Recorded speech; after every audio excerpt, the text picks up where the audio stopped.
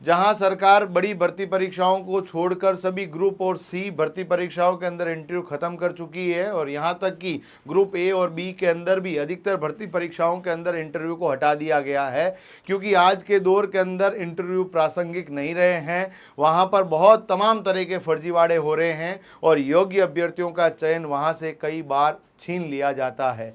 परंतु एक और जहां हाईकोर्ट डी ग्रुप के अंदर इंटरव्यू की बात हो रही है, इस पूरे वीडियो को अंत तक देखिएगा। हर बात हमने तर्क के साथ की है, उसके बाद हम आपसे जवाब चाहेंगे क्या इंटरव्यू होना चाहिए, नहीं।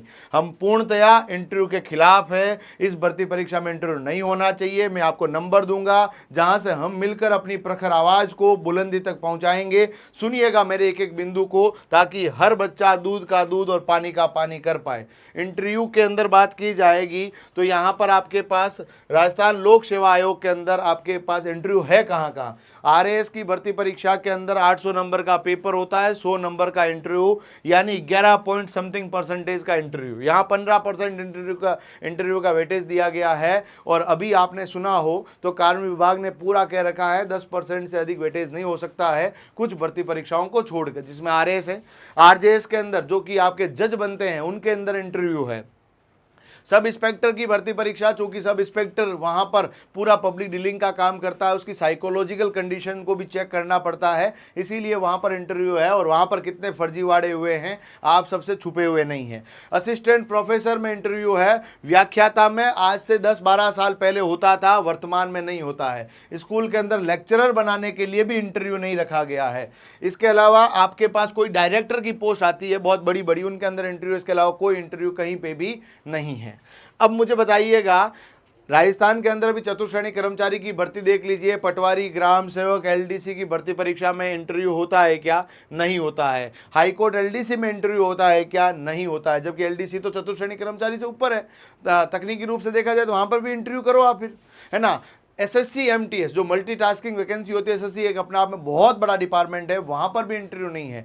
रेलवे के डी ग्रुप की वैकेंसी अपने आप में इतनी बड़ी वैकेंसी होती है, वहां पर भी इंटरव्यू नहीं है। और ज्यादातर आप लोग जो देखेंगे पीएसयू कंपनी जो है, पब्लिक सेक्टर यूनिट्स है, उन सब के अंदर, बैंकिंग के अंदर आपको इंटरव्यू देखने को नहीं मिलेगा। परंतु हाईकोर्ट ने बोला ना हम तो इंटरव्यू लेंगे। और आप मुझे बताइए इंटरव्यू का क्या कारण है। राजस्थान कार्मिक विभाग जो है नियम बनाता है। चलिए एक बात और करते हैं, यहां पर आप देखिएगा नियम बनाने का काम कौन करता है, तो नियम बनाने का काम कार्य विभाग के द्वारा होता है। और कार्य विभाग जिसको हम लोग बोलते हैं डिपार्टमेंट ऑफ पर्सनल, डीओपी। अब यहां पर नियम बनते हैं कैसे, देखिएगा। सबसे पहले जो है कार्य विभाग इनके नियमों की अनुशंसा करता है, नियम पूरे एकदम बनाए जाते हैं और उन सभी को सर्विस रूल के अंदर इंक्लूड किया जाता है। और सर्विस रूल में इंक्लूड करके उनके पूरे पदोन्नति किस तरह से होगी, सिलेक्शन प्रक्रिया क्या होगी, उनके बाद उनके पद के अंदर की किस किस अनुक्रम में वो बढ़ेंगे, क्या सैलरी मिलेगी, क्या उसके बाद पेंशन मिलेगी, क्या क्या सुविधाएं रहेगी, है ना, वेतन भत्ता, सब ये डिसाइड करता है। उसके बाद वो राज्यपाल के पास जाता है। आर्टिकल 309 भारत के अंदर ये कहता है कि राज्य सेवाओं के लिए राज्यपाल के द्वारा वहां पर नियम और कायदे बनाए जाएंगे। अल्टीमेटली राज्यपाल के सचिव के द्वारा साइन होते हैं, फिर ये जाकर आपके पास नियम आते हैं। ये राजस्थान की कार्य विभाग करता है। आप सबको पता है हाईकोर्ट एक ऑटोनॉमस बॉडी है। हाईकोर्ट जो है एक स्वायत्त संस्था है जो अपने नियम स्वयं बना रही है। यहाँ पर कहीं ना कहीं जो है आप लोगों को फर्जीवाड़े की बू परीक्षा से पहले आ रही है। लाखों बच्चे अपने भविष्य को तैयार करने के लिए रात दिन एक करके परीक्षा के अंदर बैठेंगे। परीक्षा पास करने के बाद पता चलेगा कि उनकी जो परीक्षा है वो फेयर सिलेक्शन हुआ ही नहीं।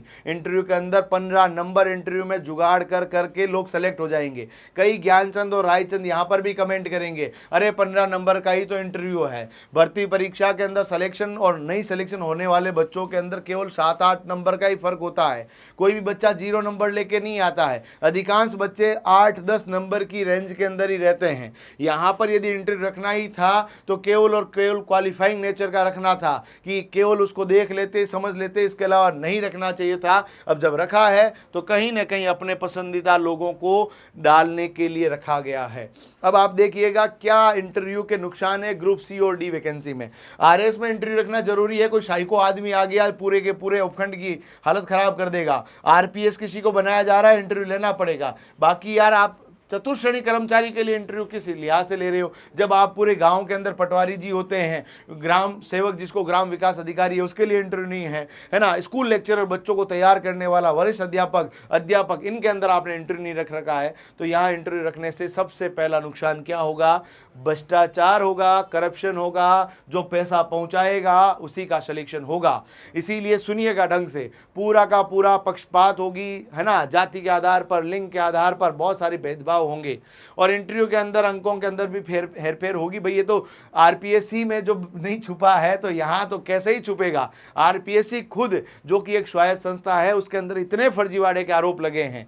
आप लोग देख लीजिए, अभी स्टेनोग्राफर का रिजल्ट आया हाई कोर्ट के अंदर, 198 नंबर कट ऑफ गई है 200 में से। कहीं आपको नहीं लग रहा है एसीपी प्रद्युमन तुम्हारे दिमाग में नहीं आ रहा है दया कुछ तो गड़बड़ है? तो यही यहाँ पर भी गड़बड़ करने की कोशिशें इनके द्वारा हो रही है। सेटिंग यहाँ पर चलेगी भैया, सीधी बात है, इंटरव्यू के अंदर भाई साहब पेयर भी कराएंगे, फोन कराएंगे लोगों से, और सीधी सीधी बात है यार, इंटरव्यू लेने की जरूरत कहाँ है? पूरी पहले से ही पूर्वाग्रह आप लोग दिमाग में बैठा के रख रहे हो, उसको नहीं लेना, उसको लेना है, उसकी जाति ये है, धर्म ये है, लिंग ये है, कहाँ से आता है, क्या नहीं आता है। इसीलिए सीधी बात है, बच्चों के अंदर भी तनाव आएगा। तनाव क्यों आएगा? कोई गांव का बच्चा होगा, बोलेगा मुझे इंग्लिश नहीं आती, मुझे हिंदी भी ढंग से बोलनी नहीं आती है, बट मैं अपने सब्जेक्ट का अच्छा ज्ञान रखता हूं, पेपर अच्छे से कर सकता हूं, पर बात नहीं कर सकता किसी के सामने बैठ के, तो वहां पर दिक्कत होनी है।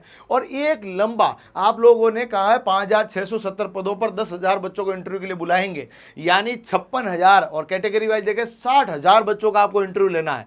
60,000 बच्चों का इंटरव्यू लेना है। आरपीएससी आरएस का इंटरव्यू जो है ना, केवल और केवल जो है आपके पास भर्ती परीक्षा के अंदर 15 गुना बच्चा आपके पास आते हैं, उनमें से भी आपके पास 3 गुना बच्चों का इंटरव्यू लेने में कई बार 5-5, 6-6 महीने लगा देती है।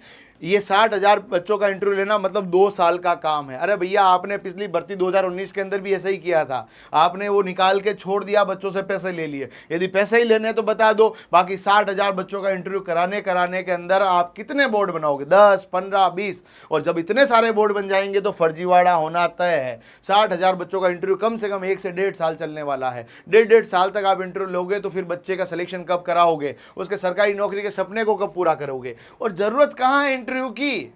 इंटरव्यू कोई रॉकेट साइंस है क्या? कोई ऐसी भयंकर चीज आप नौकरी दे रहे हो क्या, जब आप उसको क्या जज बना रहे हो क्या? इंटरव्यू ले रहे हो इसके लिए, है ना? उससे पूछ लिया, सामान्य हिंदी आती है भाई, आती है, परीक्षा में पूछ लिया। अंग्रेजी थोड़ी बहुत आती है, आती है। राजस्थान जीके के जानकारी है, हाँ जी आती है। बाकी क्या पूछना, पूछ लिया और ले लो नौकरी। जिसको नौकरी करनी होगी करेगा, नहीं करने वाला नहीं करेगा, है ना?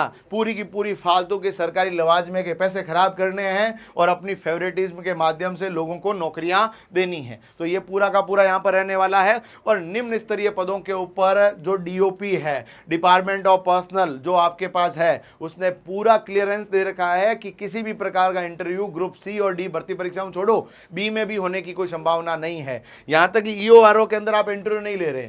अब यहां से जो है बात मैंने पूरी बता दी, लीगल बात बता दी, और जो चीजें होनी है, क्या क्या संभावना है, सबकी बात कर। फायदा क्या? कोई फायदा नहीं है। आपको कोई फायदा लग रहा है क्या इसमें? क्या फायदा है ना? उसको देख लेंगे, चाय कॉपी रखनी आती कि नहीं आती। अरे भाई, सब घर पे चाय कॉपी रखते ही है और सीख ही जाएगा। ट्रेनिंग कराओ ना। आप लोग मुझे बताओ कि आज के दिन में कोई बच्चा ग्राम सेवक भी बनता है, पूरे काम उसको आते हैं क्या? शुरुआत में ट्रेनिंग कराते हैं, आईएएस के अंदर ट्रेनिंग कराते हैं। हर भर्ती परीक्षा में नर्स किसी को ले लिया, ट्रेनिंग करानी पड़ेगी, तो ट्रेनिंग का प्रोसेस तो होना ही होना है। ट्रेनिंग कराइए, खत्म। इसके अलावा कोई आपके पास होना नहीं चाहिए। आप सब मिलकर इस YouTube चैनल को सब्सक्राइब करने के साथ साथ एक नंबर मैं आपको दे रहा हूं, उसके ऊपर मैसेज करें। फिर हम एक नई प्लानिंग के साथ उतरेंगे और इसके लिए अपनी आवाज को बुलंदी के साथ उठाएंगे। मैं आपके साथ, आपके बड़े भाई के रूप में खड़ा हूं। मेरे साथ मिलिए, बात करते हैं और इंटरव्यू को हटाने का पूरा प्रोसेस शुरू करते हैं। यहां पर इस नंबर पर आप जितने हो सके विद्यार्थी अपनी बड़ी संख्या के अंदर मैसेज करें, ताकि इंटरव्यू हटना चाहिए।